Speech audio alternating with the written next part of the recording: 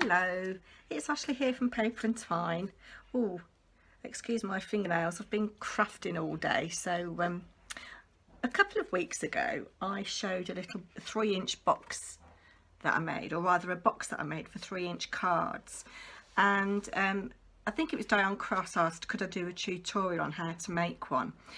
So I've had a little play today. I have got a commission actually. One of my friends has asked me to make a box with some cards in for her sister on a seaside theme. So I've used this lovely paper from a Couture Creations paper pad, 12 by 12 paper pad that I've had a very long time. There's not much left. It's called Sea Breeze. It's one of my favourites, and I'm going to show you how to put this box together. So you will need a piece of A4 card, and apologies if this all isn't in shot, but you need to cut it down to 8 1/8 of an inch by 11 inches, and on the long side you want to score at 2 inches, 5 3/8 of an inch, 7 3/8 of an inch, and 10 3/4, and you'll end up with a little tab down the side there. Turn it and score at 2 inches, 3 5/8, and 7 3/8. And I've drawn the lines on there, so hopefully you can see the kind of pattern that you're creating. You're then going to do some cutting, and the bits on here that are marked in red you're going to completely cut away, and where I've marked in green, those are cut lines that you need to make, vertical cut lines, and you're going to just notch your tabs. Okay, I will leave all the dimensions in the description box for you. And what you're going to end up with when you have cut all those pieces away is something that looks like this. And to save time, I've gone ahead and I've folded and I've burnished all my score lines, and this little bit here is going to be the tab for your box, and I've gone ahead and rounded the corners. When I've assembled the box, we might need to take a little slither off the sides there. We'll see how we go. So what you're going to do on this little short tab here, you're going to put some strong glue. If you're going to use liner tape, that's fine, but I would also put some glue on as well, just to make it extra secure, because you don't want your box dismantling itself, do you? Okay. And this is a decent sized box. It's about 3 1/4 inches by about 2 inches deep, and I'm just lining this up, trying to adhere it so that I've got a really nice finish. Did you hear that bump then? I think that was Ella upstairs dropping something. And I'm just going to give that a minute to hold.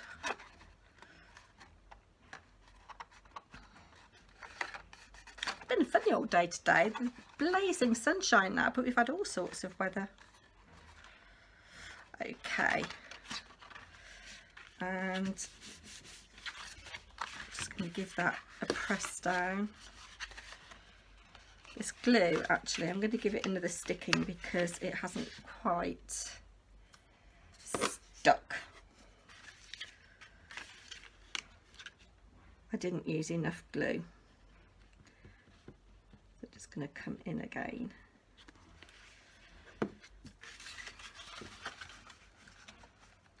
I'm lining up my score lines and the edge of the card so that I get a nice neat finish. I'm just going to give that a minute to stick down. Obviously you can use any colour cardstock that you want, but because the paper that I've chosen on my original box is black and white, I've gone for the black. I'm having a bit of trouble here actually, it's not lining up properly.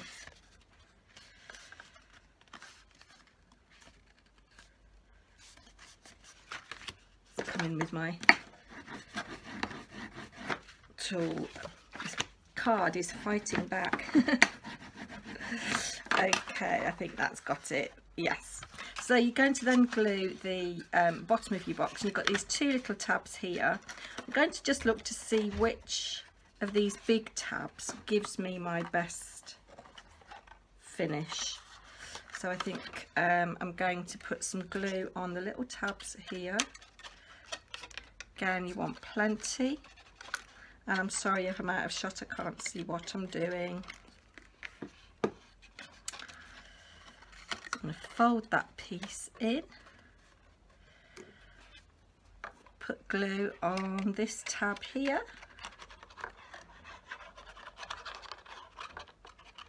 You need a good quality strong glue because you don't want your pieces to come undone. I'm going to stand the box up, just fold those little tabs down, and I'm just going to plonk something in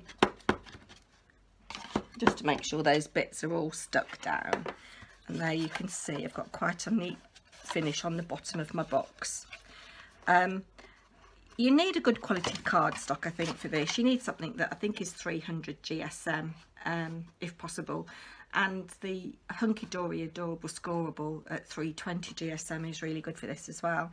And you'll see that those tabs fold in and our box closes.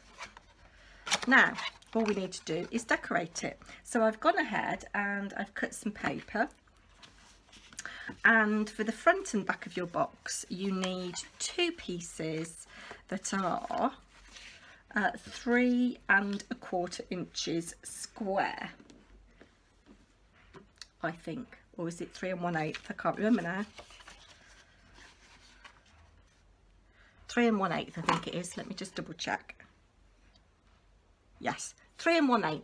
So you need two pieces that are 3 1/8 square. I've gone for this quite nice paper from Graphic 45 that I've had in my stash for a long time.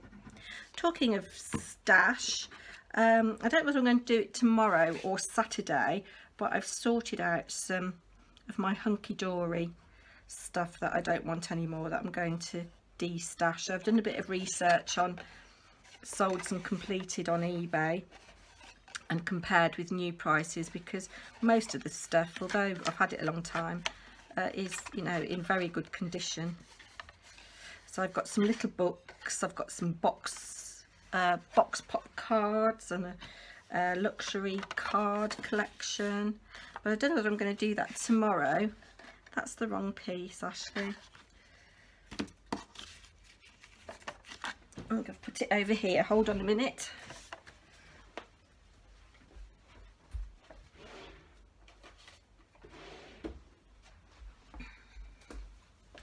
Yes, that bit isn't quite the right dimension. I'd put the wrong piece in my little drawer. So you'll need two pieces of 6 by 6. If you've got a 8 by 8 sheet, you might get everything out of that.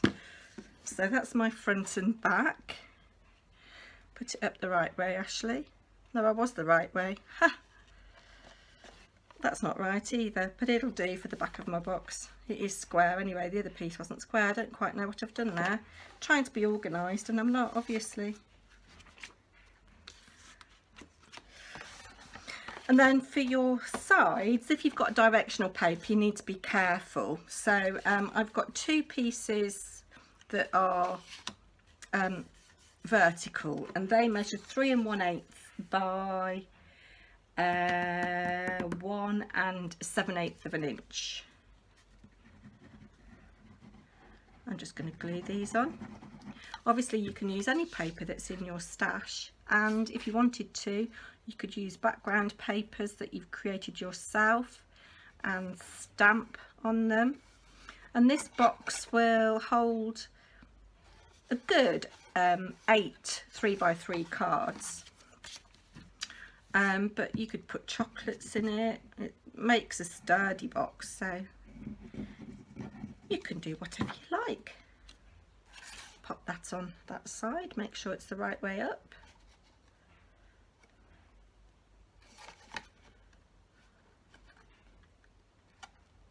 Trying to line up as best I can. And then I've got a piece that's going horizontally for the bottom.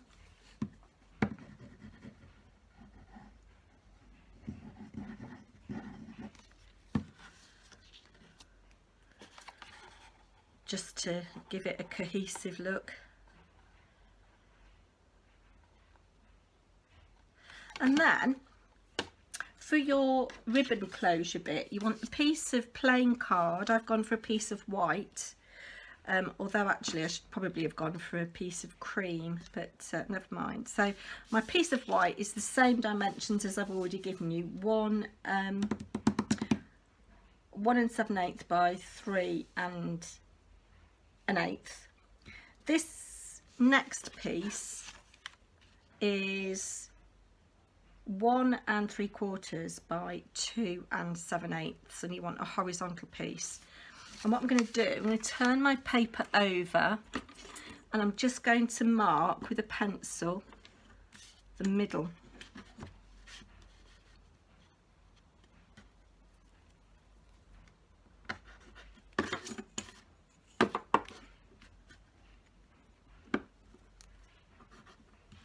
So where that little cross meets, I'm going to punch a hole.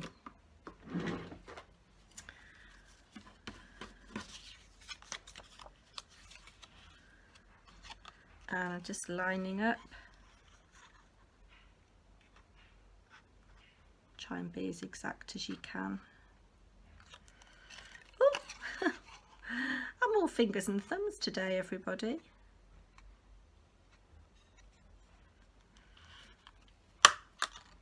There we go. It doesn't have to be too exact. And then what I've got in here is some ribbon. I've gone for the black because my box is black. So what I'm going to do, I'm going to take the end. This is fighting back as well. And so that I don't have to waste too much, I'm making a loop. Try and make it a bit nicer, and I'm going to tie a knot,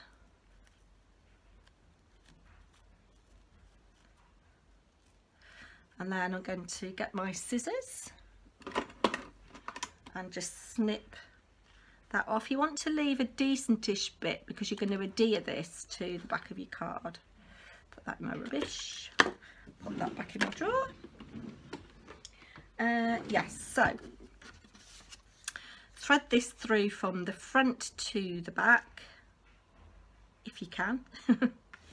As I say, I'm all fingers and thumbs today. There we go, and pull it through so that the knot rests. Turn it over, spread out the little bits of your ribbon, and you're going to tape those down. I couldn't find my red liner tape, my thick red liner tape, so I've got this plastic tape which I'm going to use. Just going to cut a little bit, and I'm going to put it over the ribbon like that, so that lies down flat, you see. And then I'm going to come in with my collal, because my collal is a strengthening glue as well, and you want some strength to this. And I'm going to pop this on my little mount, and then all you need to do, making sure you've got it the right way round, is glue that on the top of your box and give it a moment to sit and settle.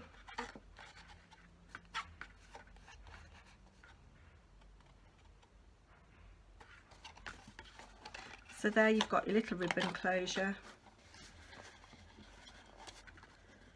I might have to go back and just trim a little bit off. And I'm not going to open that for a minute because the glue's still wet, but if I just come back in with this one you can use that to open it up, and it is quite strong and sturdy because you've got that tape underneath and the good collal glue holding it strong. So there's that little box.